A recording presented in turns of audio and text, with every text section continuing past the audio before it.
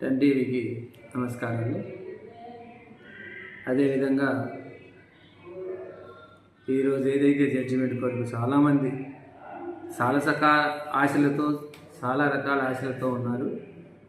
గతంలో నేను ఒకటే అడుగుతున్నా, ఆ పక్కన ఉన్న వాళ్ళు ఇక్కడికి వచ్చి పోటీ చేస్తాను డిస్క్వాలిఫై అయిపోతారని.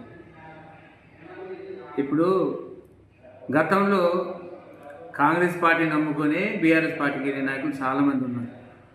అప్పుడు కూడా వాళ్ళకి ఒక ప్రజాస్వామ్యాన్ని కానీ ఆ రోజు డెమోక్రసీ లేక గతంలో కూడా డైరెక్ట్గా టీడీపీలో గెలిచి టీఆర్ఎస్ పార్టీలోకి వెళ్ళిన వాళ్ళు చాలామంది మంత్రులు చేశారు.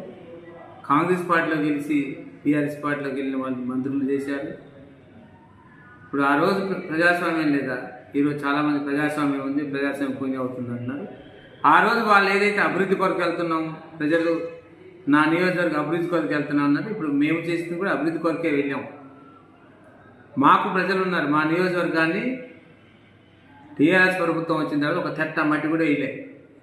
ఈరోజు నేను ఆ పార్టీలో గెలిచినా నిజంగా నేను తీసుకున్న స్టెప్ ప్రజలే అన్నారు, అధికార పార్టీలో రండి, మీరు అధికార పార్టీలో ఉంటే మన నియోజకవర్గం అభివృద్ధి చెందుతున్నారు. దానికి ప్రజల అభివృద్ధి కొరకే నేను ఈరోజు టీఆర్ఎస్ పార్టీ నుంచి బీఆర్ఎస్ పార్టీ కాంగ్రెస్ పార్టీకి వెళ్ళడం జరిగింది. ఈరోజు అభివృద్ధి జరుగుతుంది కూడా. భద్రాచలంలో ఏనాడు జరిగిన అభివృద్ధి ఈరోజు బ్రహ్మాండంగా ఏదైతే కరకట్టయించాం, రోడ్లు వేస్తున్నాను, అన్ని అభివృద్ధి కొరకే నేను తీసుకున్న స్టెప్కి నేను కట్టుబడి ఉన్నాను.